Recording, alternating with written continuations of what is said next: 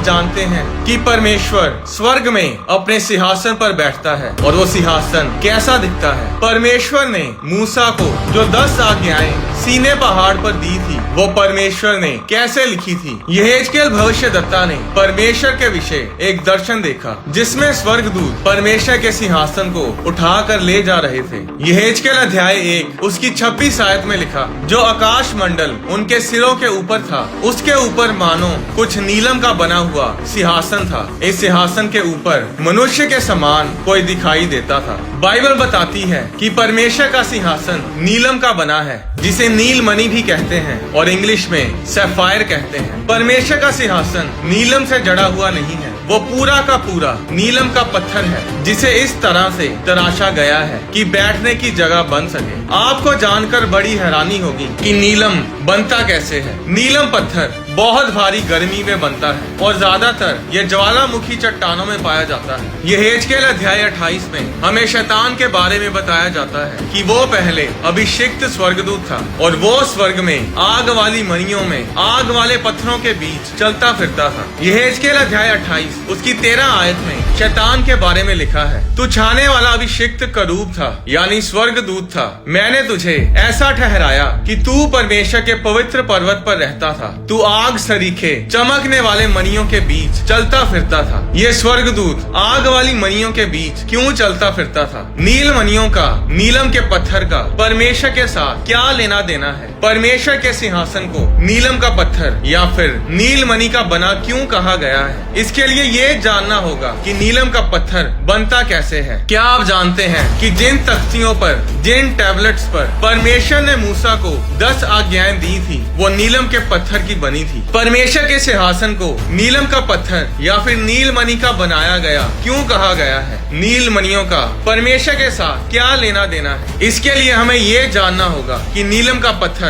बनता कैसे है। नीलम का पत्थर यानी सैफायर ज्वालामुखी चट्टानों में पाया जाता है, यानी वोल्केनिक रॉक्स में पाया जाता है। नीलम का पत्थर एल्यूमिनियम ऑक्साइड का बना होता है। जब एल्यूमिनियम ऑक्साइड को भारी तापमान पर गर्म किया जाता है, तो उसको गर्म करने पर एल्यूमिनियम ऑक्साइड पिघलता है और पिघलने के बाद जब वो ठंडा होकर ठोस पत्थर बन जाता है, तब वो नील मणि या नीलम का पत्थर बन जाता है। अगर वो लाल रंग का हो तो उसे रूबी कहते हैं, और अगर नीले रंग का हो तो उसे नील मणि या नीलम का पत्थर कहते हैं। क्या आप जानते हैं कि सीने पर्वत पर और उसके आसपास के इलाकों में जो चट्टानें हैं, उन चट्टानों में एल्यूमिनियम ऑक्साइड भारी मात्रा में पाया जाता है। ये सब मैं आपको क्यों बता रहा हूँ? क्योंकि एल्यूमिनियम ऑक्साइड को गर्म करने से ही नीलम का पत्थर बनता है। और अब बड़े ध्यान से इस वचन को सुनिएगा। यहेजकेल अध्याय 1 उसकी 26 आयत में लिखा, जो आकाश मंडल उनके सिरों के ऊपर था, उसके ऊपर मानो कुछ नीलम का बना हुआ सिंहासन था। इस सिंहासन के ऊपर मनुष्य के समान कोई दिखाई देता था। 27 आयत में लिखा, उसकी कमर से लेकर ऊपर की ओर मुझे मानो झलकाया हुआ पीतल सा दिखाई पड़ा, और उसके भीतर और चारों ओर आग सी दिखाई पड़ती थी।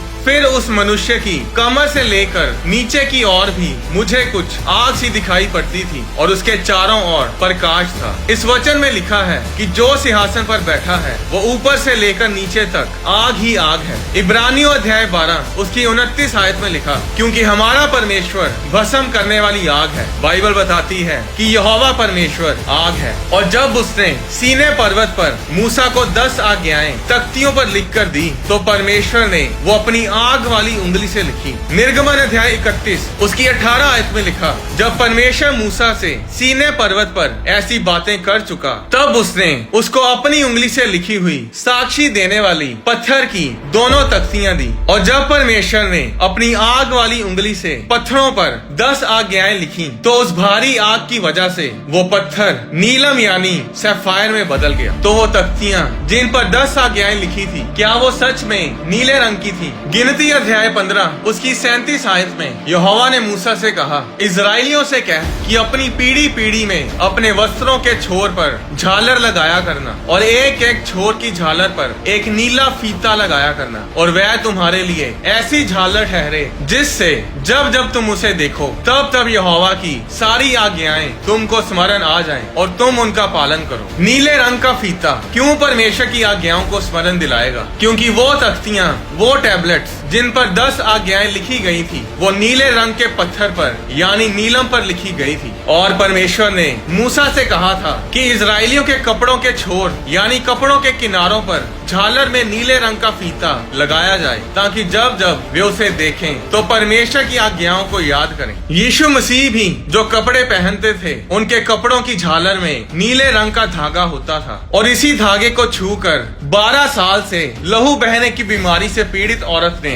चंगियाई पाई थी। उस औरत ने चंगियाई कैसे पाई और इसके पीछे क्या बड़ा भेद है, इसके बारे में मैं एक अलग वीडियो में आपको बताऊंगा। जब परमेश्वर इजराइल के 70 पुरनियों के साथ सीने पर्वत पर चल रहा था तो बाइबल बताती है कि परमेश्वर के पैरों के नीचे नीलमणि का चबूतरा नीलम की सड़क जैसा कुछ था। निर्गमन अध्याय 24 उसकी 9 आयत में लिखा, तब मूसा, हारून, नादाब, अबीहू और इजराइलियों के 70 पुरनिये ऊपर गए और इजराइल के परमेश्वर का दर्शन किया, और उसके चरणों तले नीलमणि का चबूतरा सा कुछ था जो आकाश के तुल्य ही स्वच्छ था। जहाँ जहाँ परमेश्वर आता है वहाँ वहाँ नीलम का पत्थर भी नजर आता है। रॉयल ब्लू कलर को इसीलिए रॉयल बोला जाता है क्योंकि परमेश्वर के सिंहासन का रंग ब्लू है। बाइबल में लिखा है कि स्वर्ग में सोने की सड़कें हैं, वहाँ के दरवाजे हीरे मोतियों के हैं। क्या आप जानते हैं कि ऐसे ढेर सारे प्लैनेट्स हैं जहाँ पर डायमंड्स यानी हीरो की बारिश होती है। 2017 में वैज्ञानिकों ने एक और प्लैनेट खोज निकाला है जहाँ पर सैफायर यानी नीलम और रूबी के पत्थरों की बारिश होती है। ऐसे और भी लाखों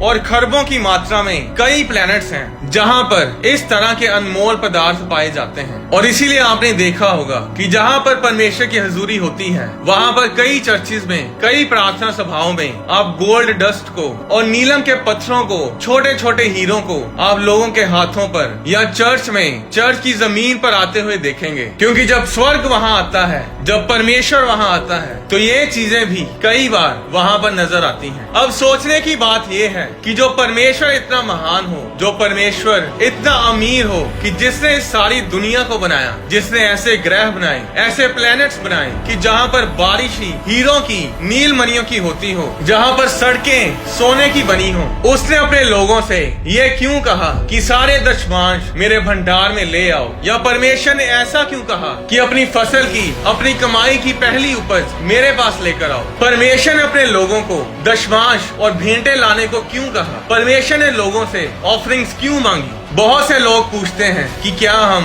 सुअर यानी पोक खा सकते हैं, क्योंकि पुराने नियम में सुअर खाना मना था। लेवी व्यवस्था अध्याय 11 में परमेश्वर ने मूसा और हारून को कुछ हिदायतें दी थी कि वे कौन सा खाना खा सकते हैं और कौन सा नहीं। उस समय परमेश्वर ने कहा था कि तुम सुअर नहीं खा सकते, ऊंट नहीं खा सकते, ऐसी मछलियाँ नहीं खा सकते जिनके पंख यानी फिन्स नहीं होते। ऐसे बहुत से जानवर और पंछियों को खाने से परमेश्वर ने मना किया था, पर आज लोग उन्हें खाते हैं क्योंकि वो बोलते हैं कि नए नियम में हम ये सब खा सकते हैं। जी हाँ, अब हम सब कुछ खा सकते हैं। इसके लिए बाइबल में बहुत सारे वचन लिखे हैं जो ये बताते हैं कि अब हम इन चीजों को खा सकते हैं। मैं इस वीडियो में उन वचनों के बारे में नहीं बताऊंगा, मैं बस आपको ये बताना चाहता हूँ कि क्यों परमेश्वर ने उन चीजों को खाने से मना किया था। आपको ये जानकर बड़ी हैरानी होगी कि परमेश्वर ने इन चीजों को इसीलिए मना किया क्योंकि परमेश्वर इंसान से बहुत प्रेम करता है।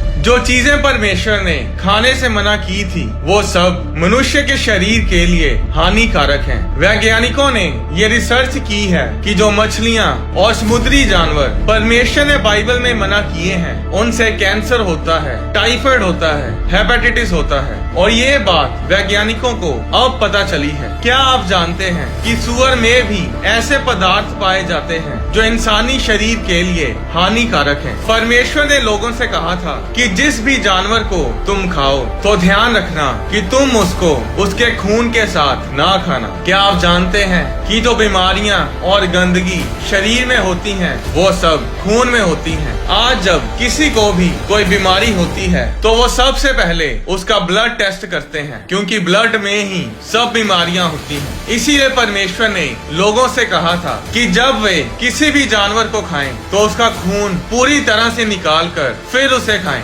ताकि लोग बीमारियों से बच सकें। परमेश्वर इंसान से बहुत प्रेम करता है। कोई भी बात जो परमेश्वर ने बाइबल में हमें करने को कही वो हमारी ही भलाई के लिए कही। वो हमें आज समझ नहीं आएगी और इंसान बहुत सी बातों को कभी भी समझ नहीं पाएगा। अब अगर परमेश्वर ने कहा कि सारे दशमांश मेरे भंडार में ले आओ, तो इसमें भी हमारी ही भलाई है। इस दुनिया को बनाने वाले परमेश्वर को आपके पैसे की जरूरत नहीं, वो बस हमें आशीषित देखना चाहता है। वो हमारे साथ सहभागिता रखना चाहता है। घमंडी लोग कभी दशमांश नहीं देते, क्योंकि वे साबित करते हैं कि परमेश्वर, हमें तेरी योजना पर भरोसा नहीं, हमें तेरी जरूरत नहीं, हम अपनी देखभाल, अपना इंतजाम खुद कर सकते हैं। अगर परमेश्वर लोगों के खाने के लिए स्वर्ग से मन्ना बरसा सकता है, तो क्या परमेश्वर आज भी ऐसा नहीं कर सकता? बाइबल बताती है कि परमेश्वर एक सा रहने वाला परमेश्वर है, वो कभी नहीं बदलता। भजन संहिता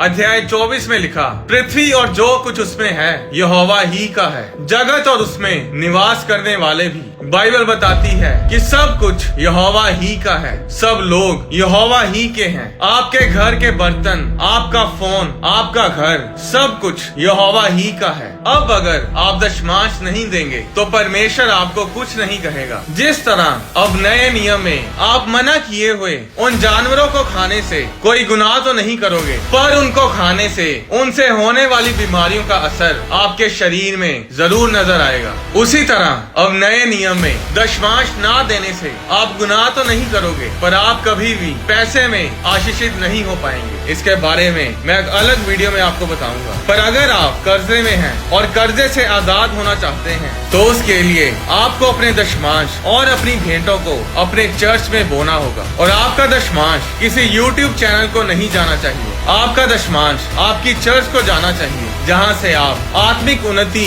ग्रहण करते हैं, जहाँ की प्रार्थना और प्रचार को आप लगातार सुनते हैं। क्या आप जानते हैं कि जो लोग अपने घरों में पहलोठे होते हैं, जो अपने घर में बड़े या फिर पहले बच्चे होते हैं, उनका जीवन या तो बहुत आशीषित होता है या फिर बहुत ही संघर्ष से भरा होता है। क्यों लोग पहलोठों पर जादू टोना करते हैं? क्यों दुष्ट आत्माएं ज्यादातर पहलोठों पर ही अटैक करती हैं? और कैसे आप इन अटैक से बच सकते हैं, इसके बारे में मैं अगली वीडियो में आपको बताऊंगा। परमेश्वर आपको आशीष दे।